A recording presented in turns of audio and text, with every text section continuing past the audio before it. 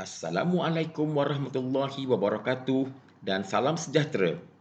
Saya Muhammad Haidi Muhammad Kasran dan Rozea Harun dari Institut Pendidikan Guru Kampus Bahasa Melayu akan membentangkan makalah yang bertajuk Pengurusan Seks Induksi oleh Guru Praktikum Bahasa Melayu.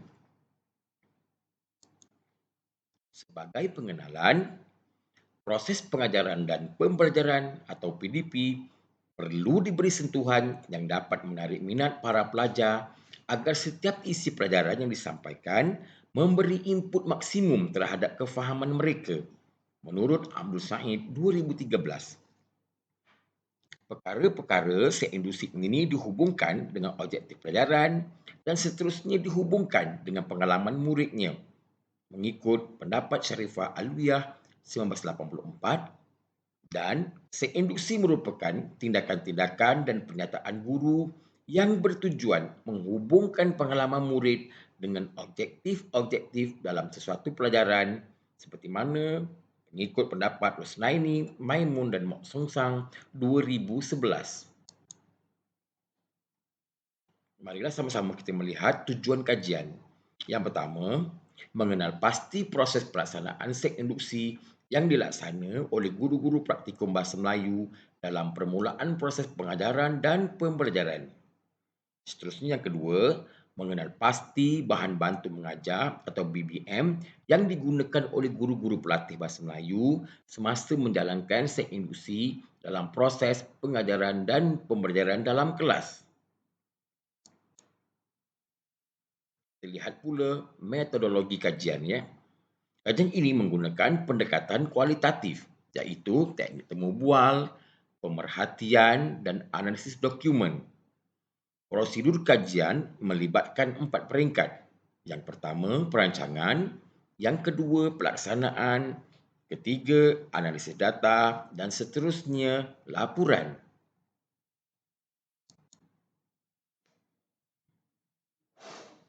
Responden bagi kajian ini iaitu 5 orang pelajar program Diploma Pasca Siswazah Pendidikan atau PDPP Bahasa Melayu ambilan Jun 2021 dari IPG Kampus Bahasa Melayu Kuala Lumpur.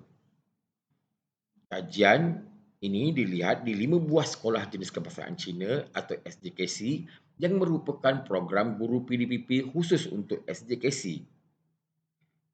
Responden sedang mengikuti latihan praktikum di SJKC terpilih seluruh negara.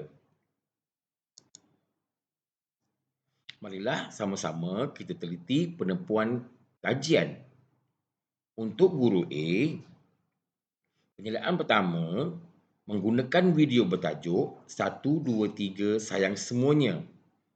Dan untuk penilaian 2 menggunakan sekuntum bunga dahlia. Bagi penilaian yang pertama, kita lihat guru A menggunakan unsur-unsur TMK. Manakala untuk penilaian kedua menggunakan bahan maujud yang bersifat hands-on.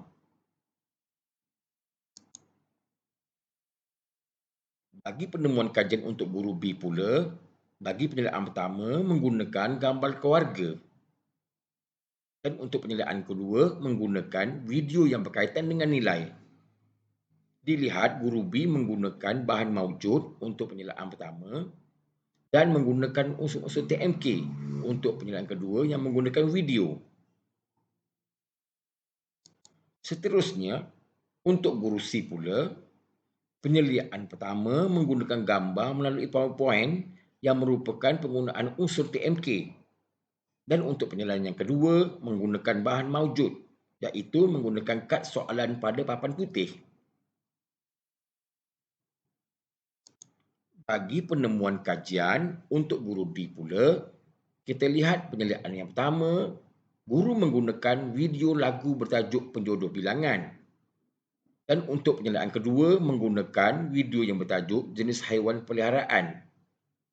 Di sini kita lihat guru D menggunakan kedua-dua bahan bantu mengajar dan pelaksanaannya menggunakan bahan berunsur TMK. Dan yang terakhir, untuk guru E, penemuan kajian penilaian 1, kita lihat guru menggunakan video lagu bertajuk Ayam yang menggunakan unsur-unsur TMK, manakala untuk penyalaan kedua menggunakan kotak beracun, iaitu yang bersifat bahan maujud dan hands-on. Marilah sama-sama kita teliti perbincangan. Untuk perbincangan yang pertama, guru-guru praktikum yang diselia mempunyai daya kreativiti yang tersendiri untuk memulakan proses PDP Bahasa Melayu di SJKC. Diteliti dalam kajian ini, penggunaan bahan bantu mengajar berunsur TMK, terutamanya video, amat kerap digunakan oleh guru dalam pelaksanaan sesi induksi. Secara dominan, murid seronok dengan bahan TMK, terutamanya video yang bersifat audiovisual. Namun, terdapat murid yang agak bosan kerana aktiviti yang hampir sama dalam setiap kali permulaan PDP mereka digunakan oleh guru. Seterusnya, penggunaan bahan maujud sebagai BBM mampu memberi kesan yang baik kepada murid kerana murid boleh sentuh atau aksesori, ada pergerakan, sifat ingin tahu dan juga daya fikir. Untuk perbincangan yang kedua, guru-guru praktikum perlu menggunakan peralatan berunsur TMK dalam proses PDP masa kini, terutamanya di musim pandemik ataupun PDPR. Kandungan yang terdapat dalam video tersebut perlu sesuai dengan tahap murid-murid selari dengan kematangan, pengetahuan sedia ada dan pengalaman.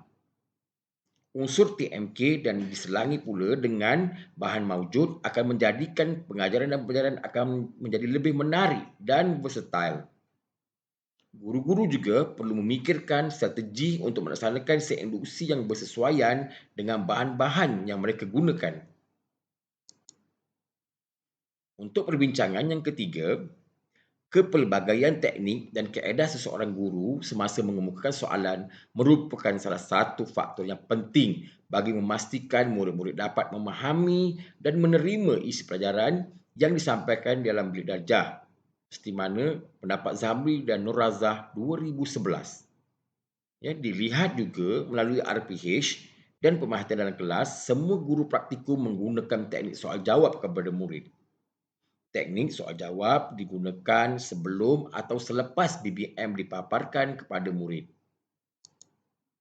Dan untuk perbincangan yang keempat, dalam konteks murid-murid pula, diteliti mereka lebih bersedia untuk mengikuti sesi pembelajaran.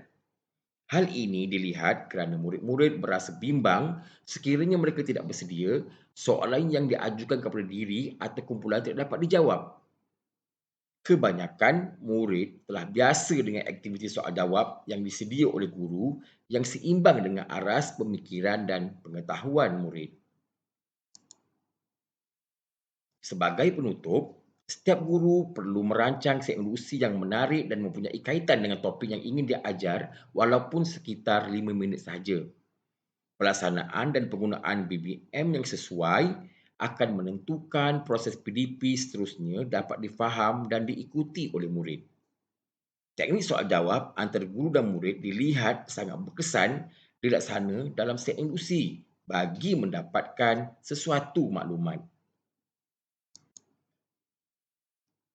Sekian pembentangan makalah kami pada hari ini. Terima kasih, semoga kita dapat berjumpa lagi. Assalamualaikum warahmatullahi wabarakatuh dan salam sejahtera.